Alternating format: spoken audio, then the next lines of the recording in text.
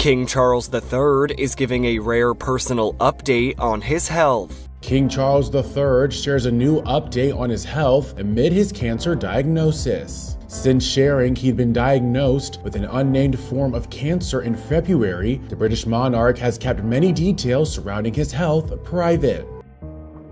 King Charles's bruised hands at a recent public event have sent the world into a panic. While giving a speech at Westminster Hall, many couldn't help but notice a reddish patch on his palm, almost as if it were covered in blood, making it look like he had sustained a fresh injury. This immediately stirred up conversations and concerns about the king's history of health challenges. With this latest injury, people can't help but wonder, how did King Charles hurt his hand? And is he okay? Join us as we get into all the details. King Charles' wound. Recently, concerns have been growing over King Charles's health challenges. Just last year, he was diagnosed with cancer and, thankfully, he survived. We've received breaking news from Buckingham Palace, which has announced that the King has been diagnosed with cancer and is on his way to making a full recovery. Following his cancer diagnosis, there were talks of the King stepping down, but over time, that discussion fizzled out.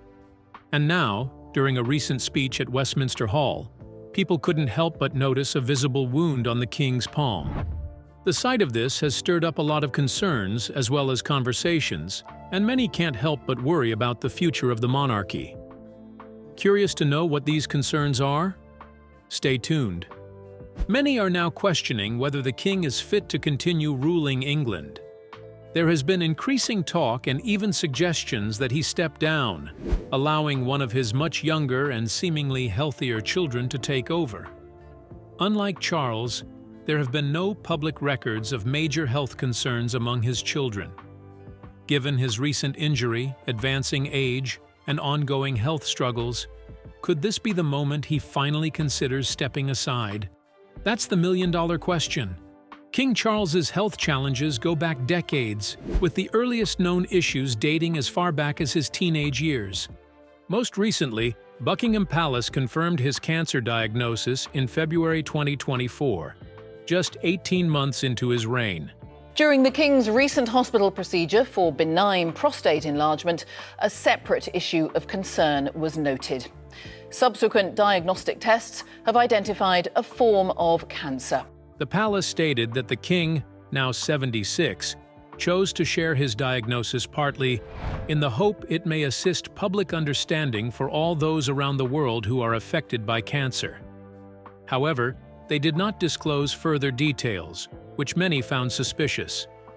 This secrecy is nothing new. Buckingham Palace has a long history of carefully controlling what information is shared with the public. Some see a striking resemblance to the case of King George VI, who died 72 years ago after undergoing cancer treatment so secretive that even he may not have fully known the extent of his illness. In contrast, King Charles has been praised for breaking this tradition of royal secrecy. His decision to publicly announce his cancer diagnosis was seen as an effort to prevent speculation and to raise awareness for others battling the disease. His openness shows us that Charles wants to be more transparent, but it also reflects how society has evolved, NBC News royal commentator Daisy McAndrew said. Sharing your struggles, including a cancer diagnosis, can be incredibly helpful, not just for yourself, but for others as well. However, several questions remain unanswered by the palace. Specifically, the type of cancer King Charles has, the treatment he is receiving, and what his prognosis looks like. While officials have clarified that it is not prostate cancer, British Prime Minister Rishi Sunak added in an interview with the BBC that the disease had been caught early. Despite this, the lack of details has only fueled widespread speculation across traditional and social media, the very situation the King had hoped to avoid. Some medical professionals believe that his reluctance to share more information might be undermining his own message of public health awareness. Dr. Carol Sikora, a leading British oncologist and former chief of the cancer program at the World Health Organization, expressed confusion over the secrecy. He suggested that while it was commendable that Charles had publicly acknowledged his diagnosis, it would have been better to be completely transparent, as speculation was inevitable. It's nothing to worry about. We know he has cancer, so that's for definite. That would have been confirmed. Unlike elected or appointed officials, the British royal family has historically followed different rules regarding health disclosures. In contrast, U.S. Defense Secretary Lloyd Austin recently apologized for not disclosing his prostate cancer diagnosis and treatment sooner, a level of accountability not traditionally expected from the royals. This culture of privacy was evident even during Queen Elizabeth II's final weeks, when official statements merely mentioned that doctors had advised her to rest. It was only after her passing on September 8, 2022, Buckingham Palace has announced the death of Her Majesty Queen Elizabeth II. that details of her health struggles surfaced. Similarly, it was revealed posthumously in a biography by historian William Shawcross that the Queen Mother had been treated for 2 different types of cancer. Against this backdrop, some observers find it remarkable that King Charles disclosed his condition at all. He had already been praised for publicly announcing his treatment for an enlarged prostate earlier in the year, a revelation that led to a 1,000% increase in traffic to the National Health Service's webpage on the condition. According to Buckingham Palace, it was during that procedure that doctors discovered a separate issue of concern, which later tests confirmed to be a form of cancer. In an effort to manage public discourse, the palace issued a separate media briefing, offering both official statements and background details. Royal biographer and historian Sarah Gristwood noted that the mere fact that the palace had made an announcement was significant, given the long-standing royal tradition of keeping health matters private. However, with limited details available, questions about the king's health and its implications for the monarchy continue to swirl. History of King Charles' health challenges. Aside from suffering from cancer, King Charles has had a series of injuries and nearly challenges. Perhaps the most daunting one happened in his earlier years of polo riding. In one of his earlier polo-related injuries, King Charles was thrown and kicked by his pony and needed 6 stitches in 1980. But if you think that's bad, we haven't even started with how much he had to endure. The king suffered a 2-inch crescent scar on his left cheek after that incident, and he was also hit in the throat on another occasion, causing him to lose his voice for 10 solid days. But after sustaining all of these injuries, you would think that the man would take a break. King Charles III has now received his first round of treatment. But he did the exact opposite of that. He resisted pressure to give up polo after he collapsed in 1980 at the end of a game in Florida and had to be put on a saline drip. In 1988, while skiing off-piste at Closters on one of Europe's most dangerous runs, he narrowly escaped an avalanche that killed his good friend Major Hugh Lindsay, who was a former equerry to Queen Elizabeth II. He jumped to a ledge and helped save the life of another friend, Patty Palmer Tompkinson, by digging her out of the snow and keeping her conscious until a helicopter arrived. He would later say he had never seen anything so terrifying. In March 1998, the king, then Prince Charles, had laser keyhole surgery on his right knee. That came 6 years after an operation to repair torn cartilage in his left knee after a polo injury. The outdoor and active Prince of Wales also suffered from back pain at the time, which had been aggravated over years of playing polo. He never traveled on royal tours without a special cushion, usually a tartan one, which he used to ease back pain. In the same year, he broke a rib when he fell from his horse in a hunting accident. The king has, over the years, had some form of falling from his horse in a polo game. In June 1990, he broke his arm in 2 places and spent 3 nights in Cirencester Memorial Hospital in Gloucestershire after an accident in a competitive game of polo. When he left the hospital, he was reported to have told journalists outside, "You can all go home at last," as he got into his car. He needed another operation 3 months later after one of the fractures didn't properly heal. It is understood bone was taken from his hip to help with healing the break, while a metal plate was also fitted with screws. In 1998, he cracked a rib after falling from his horse while hunting, according to the BBC.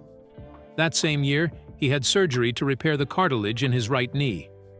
In 2001, the royal was knocked unconscious when he fell from his horse during a polo match. That same year, he fractured a bone in his shoulder when he fell off a horse during a fox hunt in Derbyshire. He had to wear a sling for several days while the fracture healed.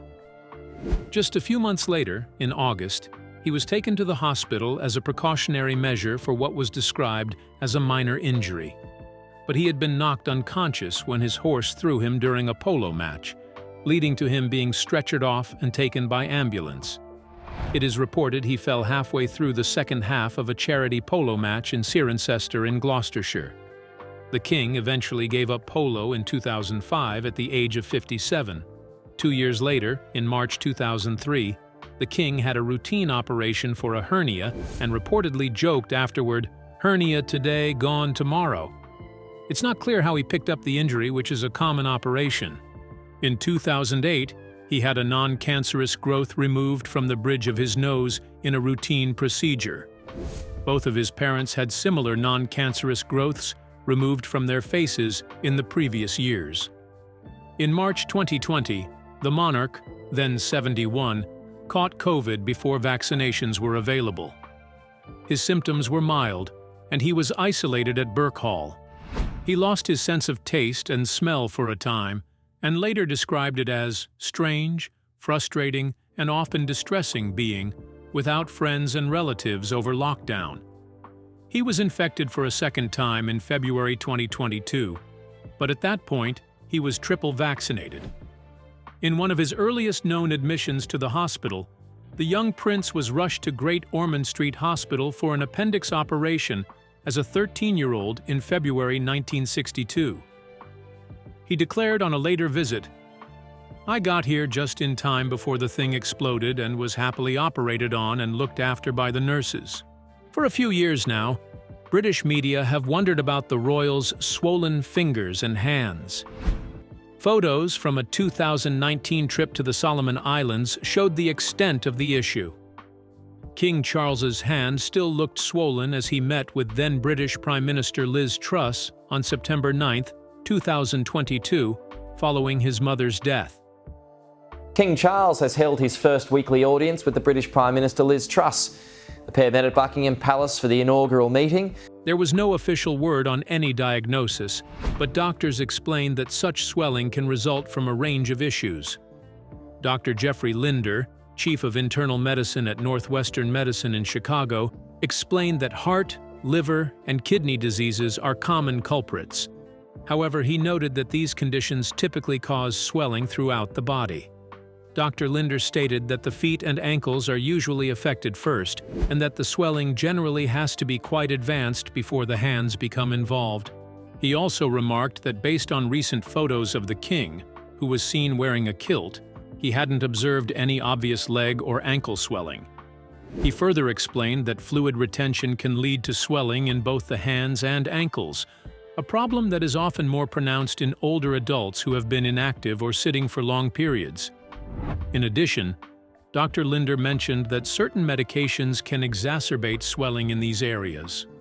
For cases where the swelling is isolated to the hands and fingers, he indicated that osteoarthritis, often described as wear and tear arthritis, might be the cause, although this condition is typically accompanied by noticeable bony changes. He also noted that inflammatory disorders such as rheumatoid arthritis, psoriatic arthritis, and other forms of arthritis or skin inflammation could be responsible. However, he cautioned that he would expect most of these conditions to come with additional symptoms like marked joint pain, fevers, or rashes. The issue of succession. Perhaps the biggest question that has been lurking at the back of people's minds after King Charles's cancer diagnosis in 2024 is the issue of succession. Following traditions, Prince William will be the next in line for the throne, but sources say that the succession plan was kept a secret from King Harry, possibly because of his choice to step back from royal duties. Announcement that Harry and Meghan will step back from all royal duties. Whatever the reasons are, we can't help but wonder why the king's second son would be excluded from such a delicate matter like this. Following the diagnosis, a report cited an interview with royal expert and author Tom Quinn. He explained that the Prince of Wales was at the heart of the succession planning, but noted that no one trusted Harry. Quinn further mentioned that Charles was well aware that, as the future king, William was central to the current succession planning.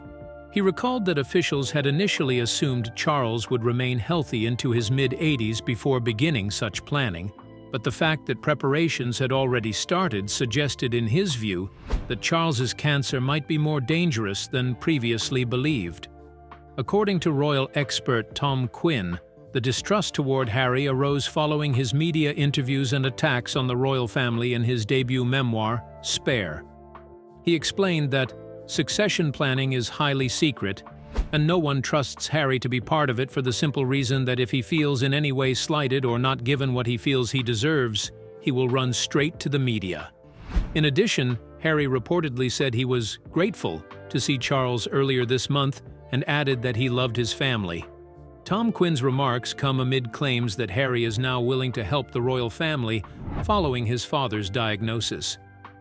According to the New York Times, Prince Harry explained that he decided to write Spare when he traveled to Britain for his grandfather's funeral in April 2021.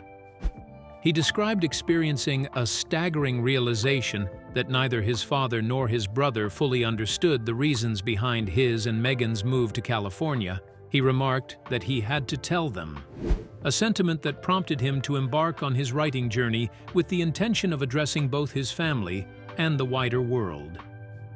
In his book, Harry delves into his complex relationship with his brother, Prince William, and voices criticism toward his father.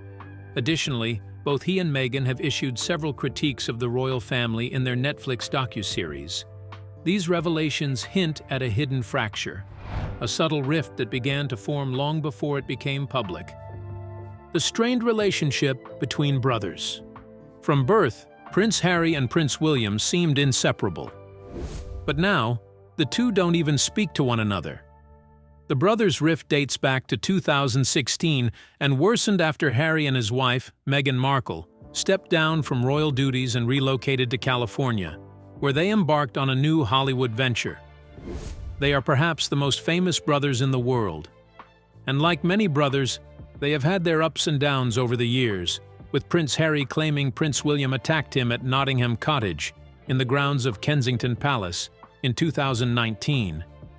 Days before the release of Harry's much-anticipated memoir, Spare, is due to hit the shelves, we take a look at key moments in the relationship between the royal brothers.